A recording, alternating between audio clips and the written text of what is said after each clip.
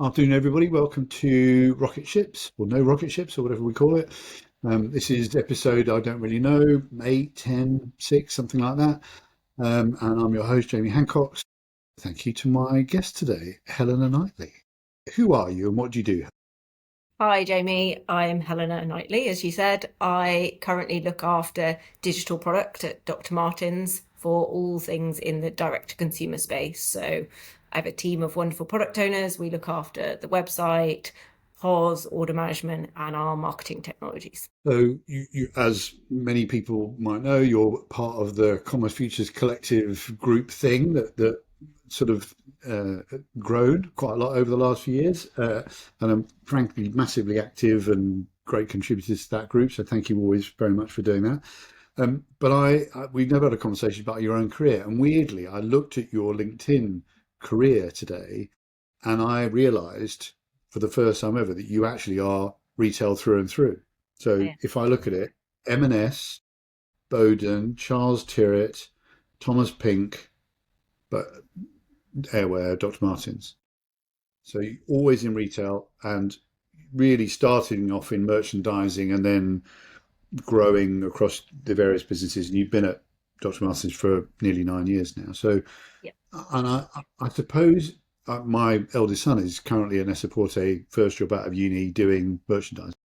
And I suppose selfishly, I wanted to ask you about that sort of career path, right? Have you ever felt as if it was a planned, I go from merchandising into these other sectors, or has it always been entirely organic, or how has it gone? Because it looked from the outside to be a reasonably structured journey. Well, that's deceptive. Um, Definitely not structured. I mean, even getting into merchandising, I sort of fell into that. So I finished uni. I did English at uni. I was working at my local M&S. Wanted to move to London. Really wanted to get into retail fashion head office.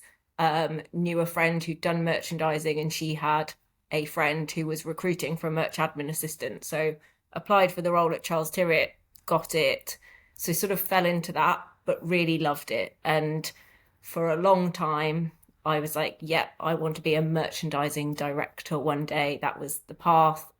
A merchandising career path is very structured: merch admin, assistant merch, junior merch, and so on.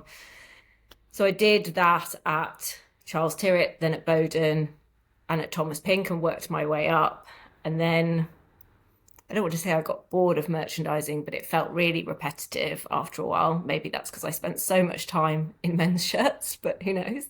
I clearly had a bit of a penchant for men's shirts, but it felt Was it repetitive. also It as if, felt a do bit you like think a bit merchandising samey. has changed? And would you Sorry. say that merchandising now feels very different than it did then? Is merchandising changing looking from the outside in, or does it still feel as if it's kind of what it was? I'd say the fundamentals are still very much what they were. I think technology across the board is changing how people work in those areas, but I think merchandising is still quite a traditional department in a lot of businesses. It's probably not an area that gets a whole lot of attention and focus from an innovation perspective. Um, yeah, so when I joined Doc Martens as an e-commerce planner, it was kind of a combination of e-com, which I knew at that point I really wanted to get into because it was exciting. Businesses were sort of starting to grow out their e-com teams more than they had historically, but then the planning side brought my merch experience in. And then once I was in that role, I was like, no, I really want to do e-commerce proper.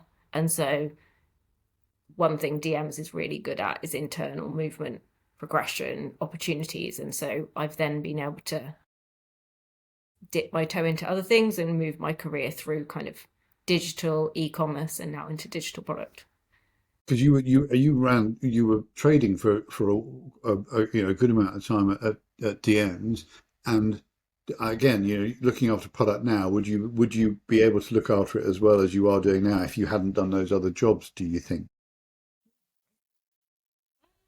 Probably not. I think one of the beauties, and I look for this a lot in product owners, if I'm recruiting or bringing people into the team, is that business side experience is really important, because you want product owners to work really closely with business stakeholders, but you want business stakeholders to feel like they really understand them. And if they've come from roles like that, there's a kind of a level of trust and confidence in what the product owner thinks. And I think that makes a real difference. So yeah, that probably helps me with a lot of things. Also, my level of understanding of the struggles of those departments. Well, because to a large degree, when you're now in that sort of product role, a lot of that is about prioritizing what gets built, what gets delivered, right? And I remember lots of my conversations with product owners over the years have been almost like, well, there's a long list of things that you could do, then there's a list of the things that the business really needs you to do, which aligns to the goals of the business. That the product thing is really just all about, it is really focused on now that things can be delivered a little bit faster, maybe not as fast as you want them to be. It's just about, a lot of it's about making sure that you're doing the right things, right? And so that, I suppose, that becomes important. Yeah, absolutely. It's the right things. It's the right things at the right time. It's understanding the balance between things maybe business users and teams want versus things that will have a really big impact on consumer journeys and things like that. So there's efficiencies, but then there's also business value from a revenue perspective. So you're always balancing those things as well and trying to determine which one is better or which one you should prioritize first. I remember doing the first Mac event we ever did. There was a lady from Puma called Bettina on one of the panels, and she said that when she first got brought into product, she ended up with a list with a form that you could fill in to get functionality added. And one of the qualifying questions was, does it sell more trainers? And if it didn't sell more trainers, you sort of were never going to get it. Yeah, we have one of those forms. We don't have Do will you? it sell more boots, but I quite like that idea of adding that in there. So yeah. Well, because if, I don't know. It doesn't always have to sell more boots, but it probably should. Yeah, because even if you're thinking about driving internal efficiencies, by driving an internal efficiency, you'll end up freeing up someone's time to enable them to then do something that should sell more boots. So end goal should always be sell more boots or shoes or sandals in our case. Or Wellington boots, in fact. See, I'm watching your commercials. They're great. You Have you released ordered a Wellington. pair yet? I haven't. I have not. I may have just bought my wife a pair of Wellingtons, not from you. I apologise. And But I hang bought up. them before you. I bought you before you bought them before you released yours. Well, it's fine because you haven't given them to her yet, so you can return those and buy a pair of DMs. Okay, so well, okay, definitely, I'll definitely do that. What are the biggest changes you think will come in the next year for businesses like yours in product? Where are the biggest amount? Where are the biggest pressures coming from? Oofed. I think, and I'm going to avoid talking about AI. I think consumer first and thinking about the consumer. I think we're talking about it a lot at DMs, but when I talk to other people at other businesses, it's coming up a lot. How we reach the consumer, how we market to the consumer, even things like how we set our digital, our social, our campaigns, everything up, linking everything together, but also, well, I'm now going to mention AI, how we set it up for GEO, because the way the consumer is shopping is changing very quickly. We're at a point now where I think the search piece and how consumers search online is a big disruptive change, and companies are going to have to adapt to that and get ready for that or accelerate for that. And that's a big change because it means looking at very different things. And I suppose for you guys, it's particularly fascinating because you've got these very different demographics across the globe that you're trading in. The brand means something very different here, the US, etc.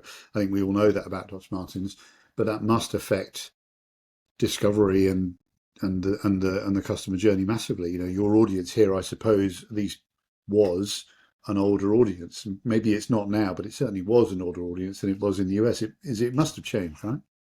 Massively so. Yeah, it's changed a lot. And I think how we show up is changing that as well. I think price point probably always impacts your consumer group quite a bit, but we definitely have a much broader consumer base now, age-wise. And the younger generation care about different things when they're shopping to the older generation. But I think the other thing that's really poignant is we have very vocal customers who talk about us on community Facebook pages, Reddit, all of that. And that historically has just sort of gone on in the background. Some people read it, some people don't. But now with a lot of these LLMs scraping those sites and prioritizing that information, that's becoming much more front and center when people search and want information about us. We don't control that narrative as much anymore. Yeah, it's interesting, isn't it? I mean, though you probably noticed in the Commons Futures WhatsApp group, those conversations about lazy LLMs creeping in, where because there's so much scraping going on so regularly now. I mean, the LLMs are scraping, 10 times a week versus Google used to do it every 3 months. You've got Trustpilot probably being over-indexed in terms of influence because it's a source of data, even though everybody thinks it's not particularly great. There's a lot more, as you say, the whole thing's changing quite a lot. The context is changing massively at the moment. Yeah, and those LLMs really lean towards things that are maybe not branded content because they feel like the integrity of the content on Trustpilot, on Reddit is more genuine than what we write about ourselves on our own website. So there's that play off there. And that sort of whole Google authority thing that people thought about the BBC thing is just maybe not there quite at the moment, is it?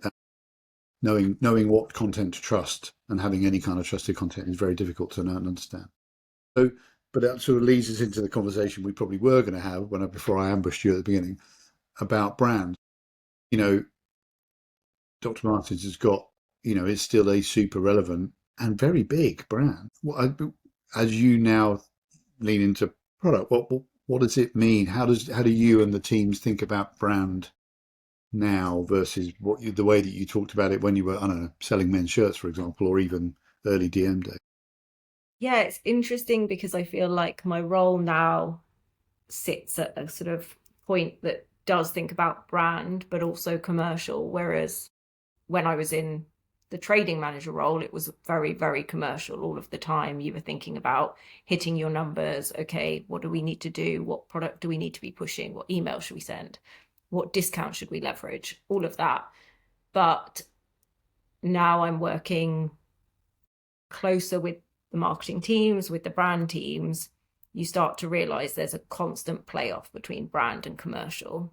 But the two should be able to go hand in hand, but it's how do you do that really well? And I don't think there are many brands out there at a premium price point that have maybe nailed that. I mean, I've started getting Black Friday emails probably 2 or 3 weeks ago from some brands that have really surprised me because you're like, oh wow, you're already discounting. And it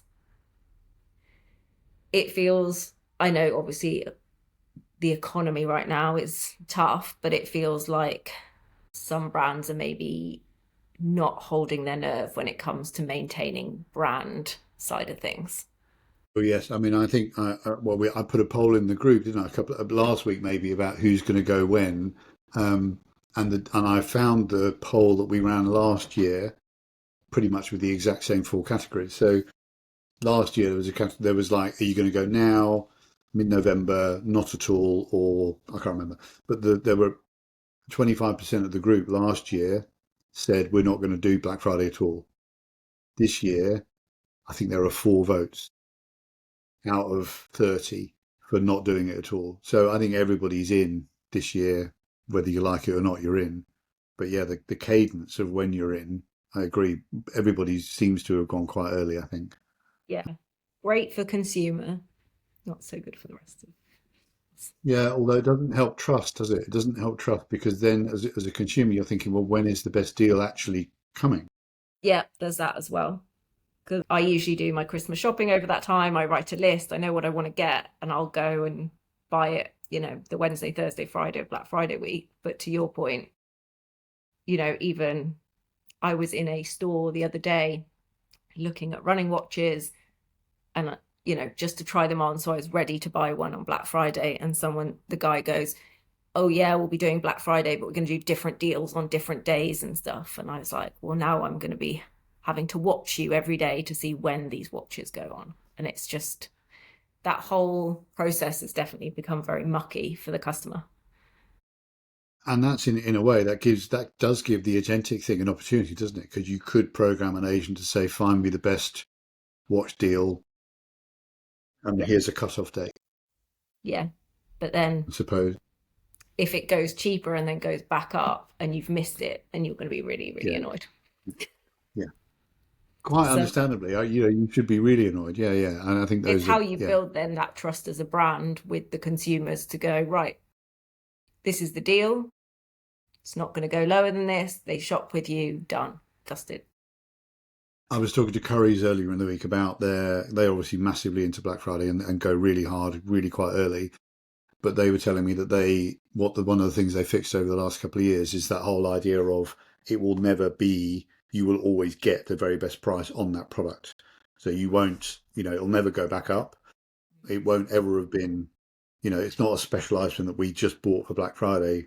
We're going to pretend that we discounted it, even though it was always going to be cheap. All of those things, sort of just building more trust into their model, which kind of makes sense, I suppose, doesn't it? Because otherwise, we're all just never going to buy from those companies again. I have to say, my Amazon trust is dissipating massively in terms of their pricing and that sort of stuff. You just feel like that's not a place that's great value anymore. Right? Agreed. Not what it was.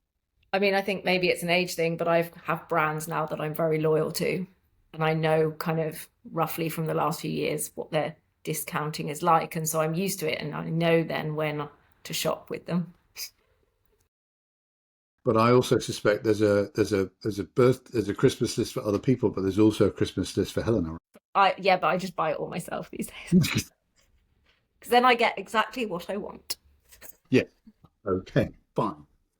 Um, and then, as you said earlier on, Dr. Martens has got a reputation for being able to moving people's careers forward, which is why a lot of people stay in the business, right? And I know a lot of your team members, you kindly brought some of them to events that we've been to together in the past.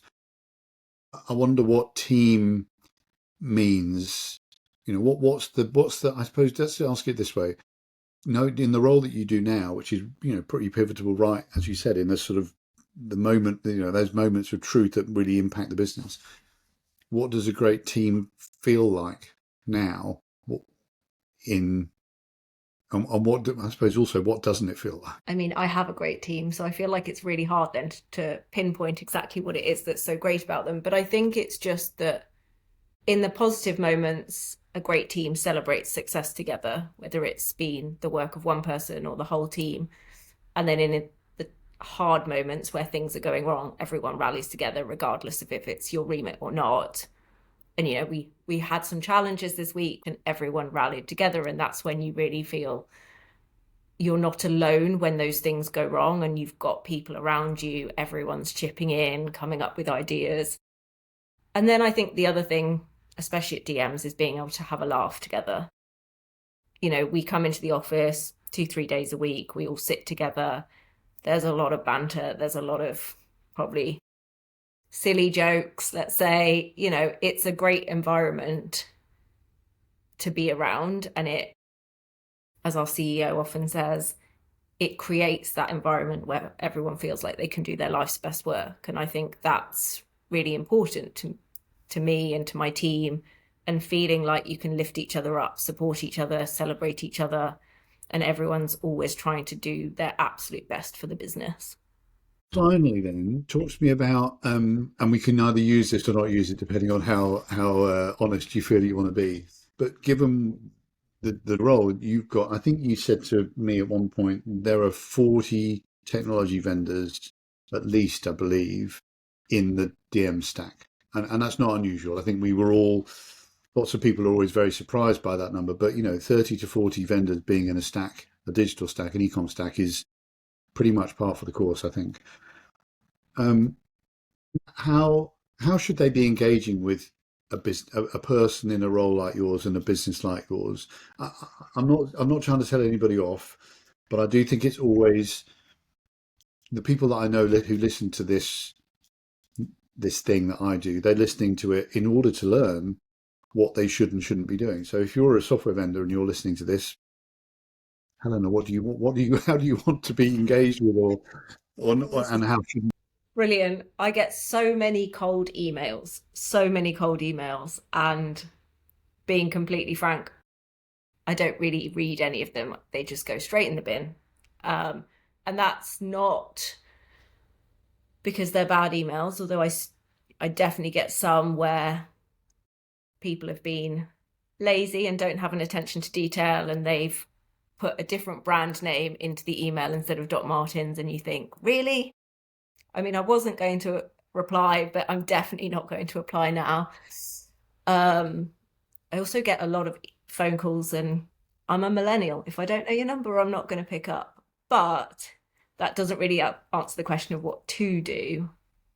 I I think the best, as software vendors, the best way to make traction for someone like me anyway is get talking to me at an event, but in a very natural way. I don't want to be pitched to, so to speak. But if you're at a dinner and we start having a conversation, that's when I remember people and where they work. And then it's not necessarily the right moment then, but then further down the line, if I'm thinking about a vendor in that space, I will remember them and then I will reach out.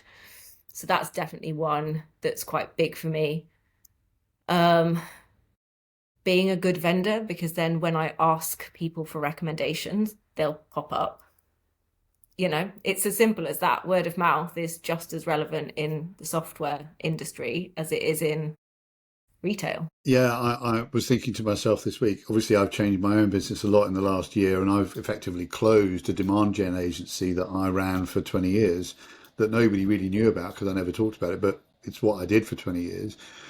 I think I've probably introduced 5 software vendors to potential prospects in the last 10 days, which is loads more than I ever would have done, which is actually loads more than the agency would ever have done at its peak, especially given that these are all incredibly qualified people that I know to vendors that I can recommend because the community recommends them. So it's a much more genuine introduction than it ever would have been in the past.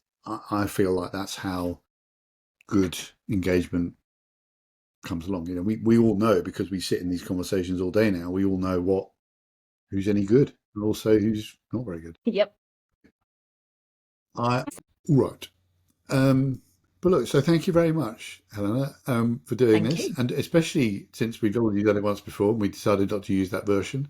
Um, Hopefully I'm this one's I'm better. always grateful for the sort of honesty and the contributions that you're able to make, and I hope that everybody who's listening takes, especially on the software vendor side, takes heed of what good looks like. Me I too. think it's I'd love important to for get everybody less to know. emails. For training purposes. I think Craig from Liberty, before we did RCS last year, Craig from Liberty told us that he'd had 380 invitations for coffee at RTS. You need to know.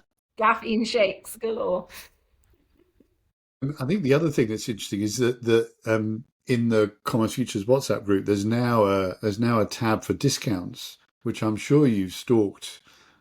I Obviously. think Used a one of couple. our new members, have you? Oh, one of the new members from Helly Hansen has smashed it out of the park, I think. So Yeah. there's a very nice Helly Hansen discount in the group.